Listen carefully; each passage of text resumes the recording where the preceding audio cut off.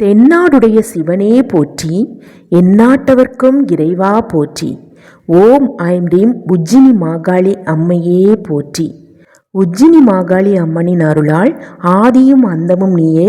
ஆன்மீக அன்பர்கள் அனைவருக்கும் எனது அன்பான வணக்கம். இன்னைக்கு நாம ஒரு அருமையான பதிவு பற்றி தாங்க பார்க்க போறோம். திரு அருணகிரிநாதர் அருளிய கந்தர் அனுபூதி 51வது பாடல். உருவாய் அருவாய் குருவாக வந்து அருளினான் கந்தன். அருணகிரிநாதருக்கு கந்தன் எப்படியெல்லாம் அருள் பாவித்தார் என்பதை பற்றி தான் இந்த பாடல்ல அவர் கூறியுள்ளார். யான் பெற்ற இன்பம் இவ்வையகமும் பெருக அப்படிங்கிறதுக்காக தான் இந்த பாடலை அருணகிரிநாதர் நமக்காகவே அருளியுள்ளார். இந்த பாடல் வெறும் 4 வரிகள் தான். இந்த 4 வரிகளையும் தினமும் 6 முறை பாராயணம் செய்தாலோ அல்லது கேட்டாலோ கந்தன் முருகனை காண்பதற்கான அருள் நமக்கு கிடைக்கும். இந்த 4 வரி பாடலோட பொருள் என்னன்னா, உருவம் உள்ளதாகவும் உருவமற்றதாகவும் உள்ளதாகவும் இல்லதாகவும் என்பது. அதாவது கடவுள் எல்லாவற்றிலும் நிறைந்திருப்பார், ஆனால் அதே சமயம் ஒரு குறிப்பிட்ட வடிவத்தில் அடங்காதவர் என்பதே இது குறிக்கிறது.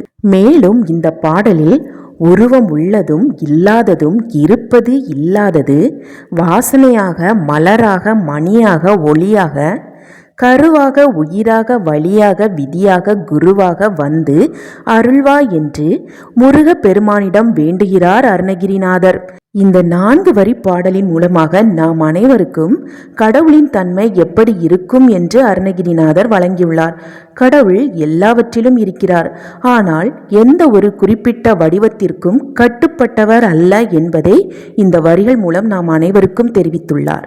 வாங்க நாம இப்ப இந்த 4 வரி பாடலை எப்படி பாடலாம் என்றும் அதோட பொருள் அர்த்தங்கள் என்ன என்றும் பார்க்கலாம்.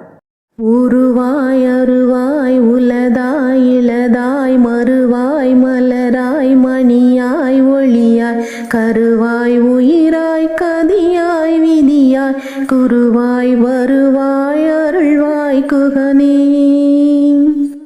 ஆறுமுகம் 12 விழியும் கொண்ட சகல வடிவாகவும் குணம் குறி நாமமற்ற அகலமாயும் உண்டு என்பார்க்கு உள்பொருளாயும் இல்லை என்பார்க்கு இல்பொருளாயும் மலராயும் அம்மலரின் மனமாகவும் மாணிக்கமாகவும் அதன் ஒளியாயும் சகல உயிர்களையும் பிரளய காலத்தில் தன் மேனியில் வைத்து தாங்குபவனாகவும் சிருஷ்டிக்கும் சமயம் சகல உயிர்களுக்கும் உயிராய் ஆன்மாவாய் திகழ்பவனும் அவ்வுயிர்களின் வினைபயனாய் உள்ளவனும் முத்தி நிலையில் அவ்வுயிர்கள் சென்றடையும் நிலையாக உள்ளவனும் திகழும் கந்த கடவுளே, நீ குருவாக வந்து என்னை ஆட்கொண்டவன்.